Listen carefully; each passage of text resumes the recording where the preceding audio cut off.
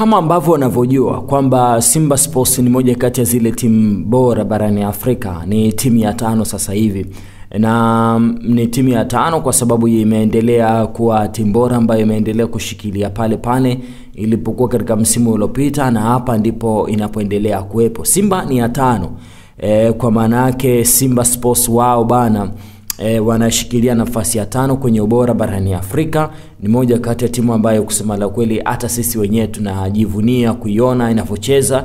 Juu yake yuko Berkane, yuko Esperance de Tunis, yuko Mamelodi Sundowns pamoja na Al Ahly. Simba ni ya 5, Pyramids ni ya 6, Zamalek ni ya 7, Wydad ni ya 8, USM Alger ni ya 9, Belouizdad ya 10, Al Hilal Omdurman ya 11 na Young Africans ya 11. Na Young Africans akiendelea hivi anaweza akaingia kwenye top 10. Sasa Simba mara baada ya haya yaliyotokea, anaweza kabisa Simba Sports akaingia kwenye grupu kwenye poti la kwanza for first time kwenye draw ya makundi. Kama ikitokea Simba kweli kama wapinzani wake ambao wako juu yake hawatopata matokeo mazuri, na mpinzani wake ambaye anaweza kusababisha Simba asiingie kwenye hatua inayofuata ni RS Berkane. Kwenye mchezo uliopita Al Tripoli versus RS Berkane tulishuhudia sare tulishuhudia sare bao 1-1 ambapo Al Tripoli alikuwa nyumbani.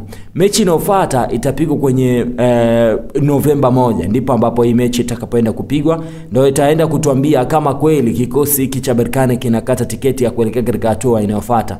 Kama Berkane wataondolewa, maana yake Simba Sports yeye atakuwa anakaa kwenye poti la kwanza kwa mara ya kwanza, kwa sababu Berkane ambaye yuko kwenye namba 4 kwenye ubora hatakuwa amekata tiketi, ambaye Simba sasa ambaye kwenye nafasi ya 5 atakuwa anapata hiyo tiketi na kwenda katika hatua inayofuata. Itakuwa ni mara ya kwanza Simba kuingia katika hatua ya makundi, lakini pia kutokea kwenye poti la kwanza, kusema kwamba Simba atakutana kigogo kutoka poti la pili, poti la 3 na poti la mwisho, na kundi lake believe me litakuwa ni kundi la kifo kuliko makundi yote ambayo Simba amewahi kuyashuhudia. Let me know katika comment wao wanasemaje, kwa sababu jana pia tumeiona Simba akipata sare ya 0-0 dhidi ya Nsingizini katika mchezo uliochezwa katika uwanja wa Taifa. Wao wanasemaje katika hili? Let me know katika comment. Asante, bye bye.